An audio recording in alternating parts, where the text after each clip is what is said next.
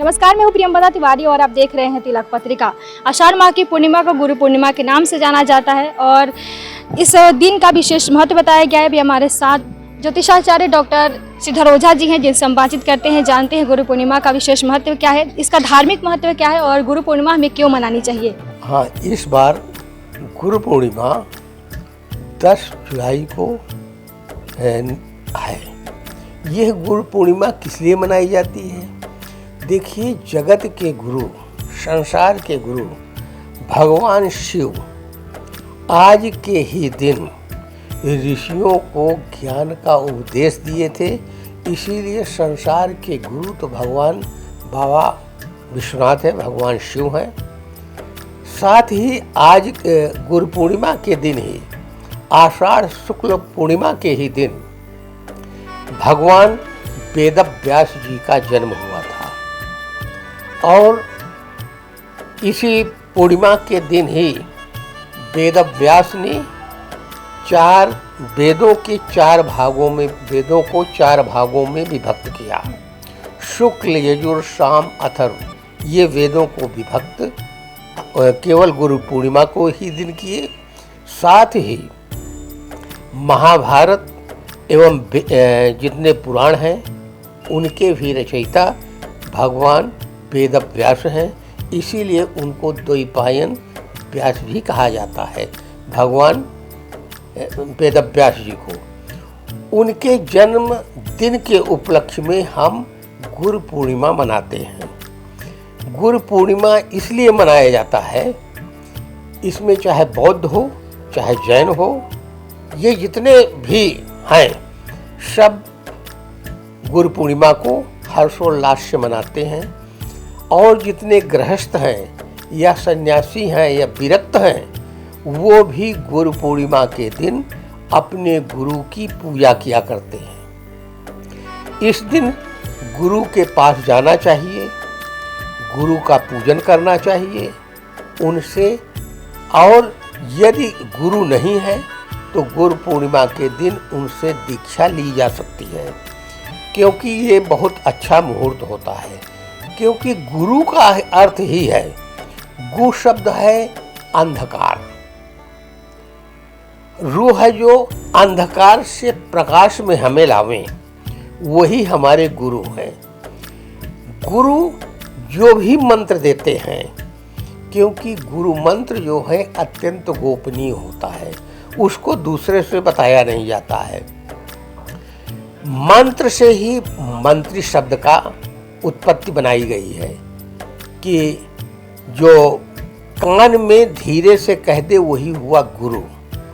जब आप दीक्षा ले लेंगे, उस मंत्र को गुरु के आदेश से जितना भी जपेंगे, उस मंत्र में उतनी ही निखार आती है, आप में तेज बढ़ता है, यश बढ़ता है, विद्या की प्राप्ति होती है। इसलिए गुरु पूर्णिमा के दिन प्रत्येक व्यक्ति को 10 जुलाई इस वर्ष पड़ रही 10 जुलाई 2025 को प्रत्येक व्यक्ति, यदि विद्यार्थी है, ये उसको चाहिए कि उस दिन बैठ करके भगवान शिव को या भगवान वेदव्यास को गुरु मान करके उनके सामने ओम ब्रीम बृहस्पतये नमः इस मंत्र का 108 बार यदि जप कर लेता है, उसकी बुद्धि तीव्र हो जाती है। और यदि किसी के संतान भी नहीं है तो गुरु पूर्णिमा के दिन एक कलश स्थापन करें। कलश में ही भगवान शिव एवं वेदव्यास का स्मरण करके उनका पूजन करें। पूजन के उपरांत ये गुरु मंत्र, यदि गुरु है उनके पास जो गुरु मंत्र दिए हैं वो जपें। और ओम ब्रीम बृहस्पतये नमः इस मंत्र का, साथ ही एक माला ओम नमः शिवाय का जप करने के बाद उस जल को यदि वह अपने पत्नी को पिला देते हैं तो उनको संतान की प्राप्ति निश्चित होती है। गुरु पूर्णिमा की जो परंपरा है कब से चली आ रही है, यानी कब से जो गुरु परंपरा है कब से मनाई जा रही है? देखिए, गुरु परंपरा तो अनादि है, क्योंकि भगवान जब शिव ऋषियों को उपदेश दिए थे, आज के ही दिन ऋषि मुनि दो होते हैं, एक होता है ऋषि, एक होता है मुनि। इनमें भेद भी है। ऋषि वो कहलाए जो ध्यान में बैठते थे तो वेद मंत्रों की ऋचाएं उनके सामने प्रकट हो जाती थी, वो देख करके उस मंत्र को पढ़ते थे। इसीलिए प्रत्येक वेद मंत्र में यह लिखा होता है, इस मंत्र के अमुक ऋषि हैं, अमुक देवता हैं। तो जो जिस मंत्र को देखा, मंत्र दृष्टा ही ऋषि होते हैं। अब मुनि वही उनके सानिध्य में रहते थे, उस मंत्र की व्याख्या कर देते थे, तो वो हो जाते थे मुनि। मंतारो वेद शास्त्र तत्वावगंतारो इति मुनिया, जो मंत्र के वेद के तत्व को हमको दिए वो मुनि हुए। तो उसी समय से गुरु पूजा की प्रथा प्रारंभ हुई। उसी में वेदव्यास जी का जब जन्म हुआ, तो ये तो ब्रह्मर्षि हैं वेदव्यास, ये पराशर ऋषि से उत्पन्न हुए। और इस समय ये प्रसंगेतर होगा, कुछ धूर्त जिनको कि वेद का ज्ञान नहीं, धर्मशास्त्र का ज्ञान नहीं और किसी पुराणों का ज्ञान नहीं, ऋषियों के विषय में ज्ञान नहीं, वो लोग वेदव्यास को ब्राह्मणेतर बता रहे हैं, वाल्मीकि जी को ब्राह्मणेतर बता रहे हैं। उनको चाहिए कि पहले धर्मशास्त्र पढ़ लें। कोई विद्वान एक विषय का हो सकता है, वो पारंगत नहीं हो सकता, क्योंकि बहुत से विद्वान हैं, वो ज्योतिष में भी बोल देंगे, धर्मशास्त्र में भी बोल देंगे। उनको ये ज्ञान नहीं है कि हम बोल रहे हैं समाज में क्या असर पड़ेगा।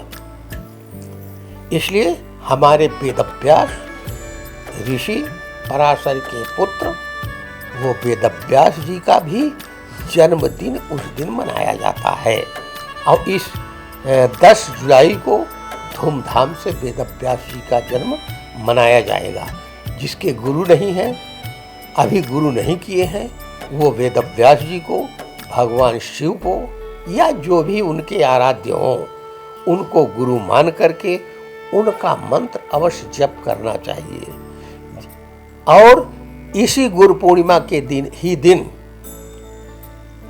जो भगवान बुद्ध हैं, वो अपने 5 शिष्यों को भी उपदेश गुरु पूर्णिमा के ही दिन दिए थे।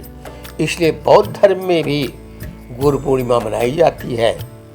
जैन धर्म के प्रवर्तक वो भी अपने शिष्यों को इसी गुरु पूर्णिमा के ही दिन उपदेश दिए थे। इसलिए जैन धर्म भी गुरु पूर्णिमा मनाते हैं। गुरु पूर्णिमा के दिन हमें क्या करना चाहिए और क्या नहीं करना चाहिए? गुरु पूर्णिमा के दिन सात्विक रहना चाहिए। हो सके तो कुछ लोग व्रत भी रखते हैं, लेकिन अपने गुरु के पास जाना चाहिए। यदि जिसके बच्चे माने जो भी हैं, जो अभी तक गुरु नहीं बनाया है, उस दिन अपने माता पिता को बैठाल करके उनका चरण धो करके, यदि गंधाक्षत पुष्पमाला है तो उनका पूजन कर दें। यदि वो नहीं है तो एक थाली में माता और पिता दोनों का चरण धो करके और उनकी प्रार्थना करके उनसे आशीर्वाद लें। उससे जो है उनकी भी बुद्धि तीव्र होती है। इस दिन गुरु पूर्णिमा के दिन शुद्ध शाकाहारी रहना चाहिए। कोई इधर उधर की चीज़ नहीं खाना चाहिए, क्योंकि ये जो है हमारे गुरु, जिसके गुरु नहीं है माता पिता हैं, सबका उत्सव का दिन होता है, उनके पूजन का दिन होता है। इसलिए सात्विक भोजन करें और किसी मंदिर में भी जाना चाहिए, मंदिर में भगवान का दर्शन भी करना चाहिए। पहले माता पिता गुरु का, उसके बाद भगवान के पास भी जाना चाहिए। देखिए, हमारे धर्मशास्त्र में मंत्र भी लिखा हुआ है, आप गुरु की पूजा कैसे करेंगे? मान लीजिए कुछ नहीं आता है तो उनके सामने माता पिता या गुरु के सामने हाथ जोड़ करके गुरुर् ब्रह्मा गुरुर् विष्णु गुरुर्देवो महेश्वरः गुरु साक्षात परब्रह्म तस्मै श्री गुरुवे नमः। गुरु ही ब्रह्मा है, गुरु ही विष्णु है, गुरु ही भगवान शिव हैं और गुरु ही परमेश्वर हैं। इसलिए गुरु में ही सभी देवताओं का निवास रहता है। यह आपकी भावना होनी चाहिए। आप माता पिता को गुरु माने हैं तो उन्हीं में ब्रह्मा विष्णु शिव और प्रत्येक देवता उनमें देखें, उनका प्रणाम करें इसी मंत्र से। और जो स्त्री है, मान लीजिए कोई नारी है, वो गुरु किसको मानेगी? वो अपने पति को ही गुरु मान करके पति ब्रह्मा पति विष्णु पति देवो महेश्वरः पति साक्षात परब्रह्म तस्मै श्री पतये नमः। क्योंकि पति का गुरु स्वयं पत्नी का गुरु स्वयं पति होता है, इसलिए उसका प्रणाम उस दिन पत्नी को करना चाहिए। सनातन धर्म में गुरु पूर्णिमा का विशेष महत्व बताया गया है। कहा जाता है कि गुरु पूर्णिमा के दिन ही भगवान शंकर सप्तऋषियों को ज्ञान दिए थे, इसीलिए भगवान शंकर को आदि योगी भी कहा जाता है। इसके साथ ही वेद व्यास जी का जयंती भी मनाया जाता है बड़ी धूमधाम से उल्लास के साथ, इसीलिए गुरु पूर्णिमा का जो विशेष महत्व और भी बढ़ जाता है। और कहा जाता है कि गुरु पूर्णिमा के दिन अपने गुरु का विधि विधान से पूजन करना चाहिए और उनका अनुसरण भी करना चाहिए। गु का अर्थ होता है अंधकार और रू का अर्थ होता है प्रकाश, यानी जो अंधकार से प्रकाश की ओर ले जाता है वही सही मायने में गुरु होता है। और हमारे जीवन में गुरु का बहुत महत्व होता है। सबसे पहले तो अपने माता पिता की सेवा करनी चाहिए, क्योंकि माता पिता से बढ़कर कोई गुरु नहीं होता है। तो आप इस गुरु पूर्णिमा अपने माता पिता और अपने गुरु की जरूर सेवा करें। कैमरा पर्सन दीपक गुप्ता के साथ मैं प्रियंवदा तिवारी, देखते रहिए तिलक पत्रिका।